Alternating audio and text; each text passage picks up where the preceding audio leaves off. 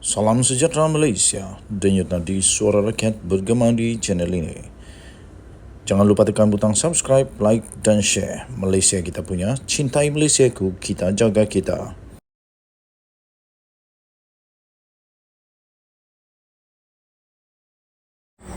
Salam sejahtera Malaysia, denyut nadi suara rakyat bergema di channel ini. Adun UMNO yang telah menghadiri program Perikatan Nasional pada hari ini minta untuk dipecat daripada parti UMNO. Adun Rembia iaitu Muhammad Jailani Khamis yang telah dihadapkan ke Lembaga Disiplin UMNO kerana hadir ke program Perikatan Nasional pada bulan lalu meminta agar parti itu memecat dirinya. Ini baru gentleman. Mengakui salah dan rela untuk menghadapi konsekuensi, menghadapi akibat daripada perbuatan. Dan beliau sendiri mahu supaya dia dipecat. Senanglah kerja UMNO. Pecatlah, senang saja kan? Dalam jawapannya kepada surat tunjuk sebab lembaga disiplin kepadanya, Jailani mempertahankan kehadirannya di program tersebut dan berkata ia bukan sabotaj kepada UMNO. Katanya, saya tidak menganggap perbuatan ini merupakan sabotaj bukan saja kepada UMNO, tapi mana-mana parti sekalipun kerana saya hadir atas kapasiti pengerusi penaja itu NGO Mufakat Nasional Melaka, katanya. Tambahnya lagi, saya tidak terlibat menjadi penceramah maupun memberikan kenyataan secara umum serta mengaibkan mana-mana individu termasuklah membuat kenyataan yang menjejaskan mana-mana parti politik sekalipun sewaktu kempen di dalam 2 insiden yang dihadirinya hari ini, katanya. Tambahnya lagi, dengan rasa rendah diri saya meminta Lembaga Disiplin UMNO mengambil keputusan di bawah peruntukan 20.10(d) iaitu dipecat daripada parti setelah disahkan oleh Majlis Kerja Tertinggi MKT dan bukan mana-mana hukuman yang lain, katanya. Tambahnya lagi, saya tidak mahu malukan UMNO. Saya minta permohonan saya diterima, katanya dalam satu surat itu yang telah dilihat oleh Malaysia kini. Surat itu diserahkan kepada Lembaga Disiplin UMNO hari ini. Dia berkata UMNO tidak perlu bimbang dengan permintaannya itu, memandangkan ia tidak akan menjejaskan kedudukan Kerajaan Melaka yang masih memiliki majoriti walaupun kehilangan satu kerusi. Lembaga Disiplin UMNO menerusi surat yang bertarikh 28 Ogos yang lalu telah mengarahkan Jailani agar hadir ke prosiding pendengaran pada hari ini serta menjawab surat tunjuk sebab yang telah diberikan kepadanya. Jailani namun tidak hadir atas masalah kesihatan dan kini menjalani rawatan di sebuah hospital di Melaka. Surat itu juga mendakwa dia telah melakukan sabotaj terhadap UMNO kerana dengan sengaja telah hadir pada Majlis Pengumuman Calon PN bagi pilihan raya kecil PRK Dun Simpang Jeram di Bakri, Johor pada 23 Ogos yang lalu.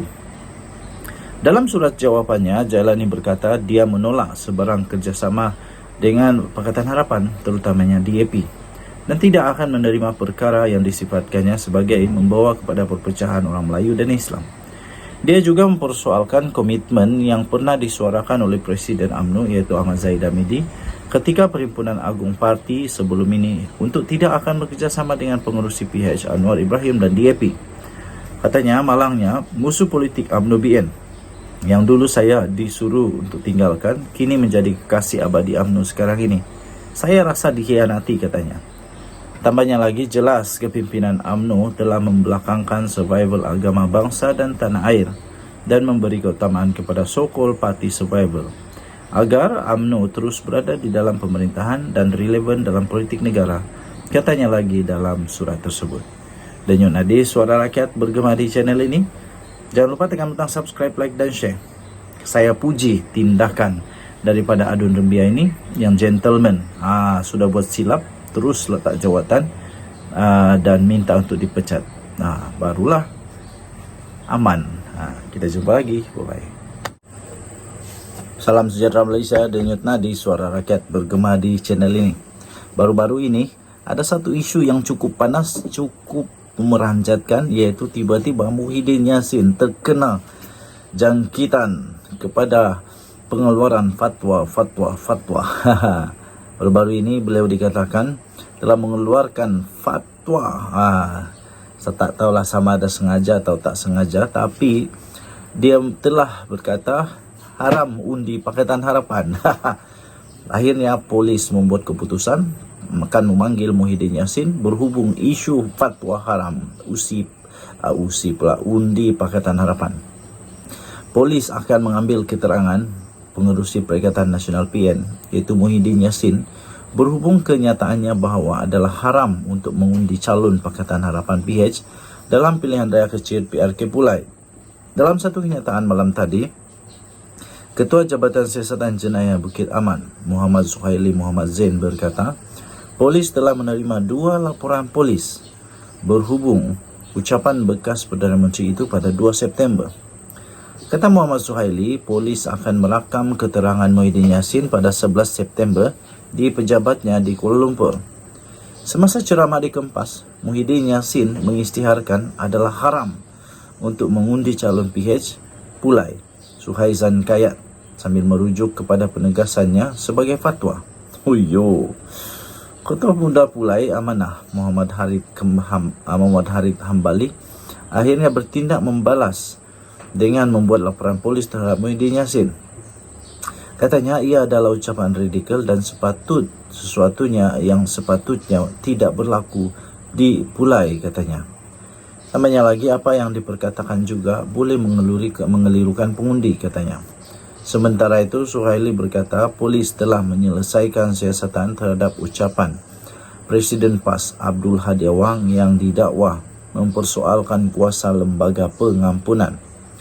Kata siasatan itu akan dirujuk kepada Jabatan Peguam Negara tidak lama lagi untuk tindakan selanjutnya. Dalam ucapan pada 26 Ogos yang lalu itu, Hadi Awang didakwa berkata proses pemberian pengampunan di Malaysia bertentangan dengan ajaran Islam, di mana sepatutnya keluarga mangsa yang berhak untuk memberi pengampunan dan bukannya lembaga pengampunan. Timbalan Ketua Polis Negara Ayub Khan Maidin PC memberitahu pada Isnin, polis akan mencadangkan agar Hadi Awang didakwa mengikut Seksyen 4 Akta Hasutan 1948 dan Seksyen 233 Akta Komunikasi dan Multimedia 1998. Menurut Suhaili, siasatan terhadap Hadi adalah satu-satunya kertas siasatan yang membabitkan isu 3R, kaum, agama, royalty daripada kempen pilihan raya kecil Pulai. Okey, tuan-tuan dan puan-puan yang dihormati sekalian, saya pun tidak pasti kenapa Muhyiddin keluarkan fatwa itu, tetapi bagi saya itu agak tidak adil lah, tidak adil. Mana mungkin boleh terus tiba-tiba saja membuat andaian menghakimi manusia itu haram, dan haram itu kalau mengundi, kalau hukumnya haram itu dosa besar, boleh masuk neraka tu.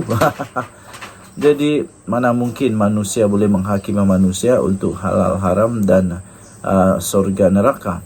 Tak boleh. Kita hanya boleh menghukum mengikutkan konsekuensi dia saja, kesan-kesan dia saja, itu undang-undang Malaysia. Tetapi untuk sama ada di atas daripada kuasa manusia, iaitu surga neraka, itu saya fikir itu kita tidak berhak di antara manusia dan manusia untuk menetapkan bahawa kita masuk surga atau masuk neraka, haram atau halal. Apatah lagi kalau ini hanya permainan politik. Persoalannya nanti kalau tiba-tiba Muhyiddin dan Hadi Awang bergaduh, kalau tiba-tiba PAS dan Bersatu berpisah, adakah itu akan tetap dipegang bahawa pengajaran itu atau fatwa itu tetap dipegang, ataupun itu hanya tinggal kenangan? Nah, nanti tiba-tiba apa pula pendapat Muhyiddin kalau sudah berpisah dengan PAS nanti, ataupun sudah berpecah Perikatan Nasional? Tak mustahil, sebab dulu Muafakat Nasional pun cukup kuat. Muafakat Nasional cukup kuat di antara UMNO dan PAS. Tapi selepas itu berpisah, dan sekarang tiba-tiba dah jadi seteru di dalam politik. Okay, so dengan Nadi Suara Rakyat bagaimana channel ini, jangan lupa tekan butang subscribe, like dan share. Bye.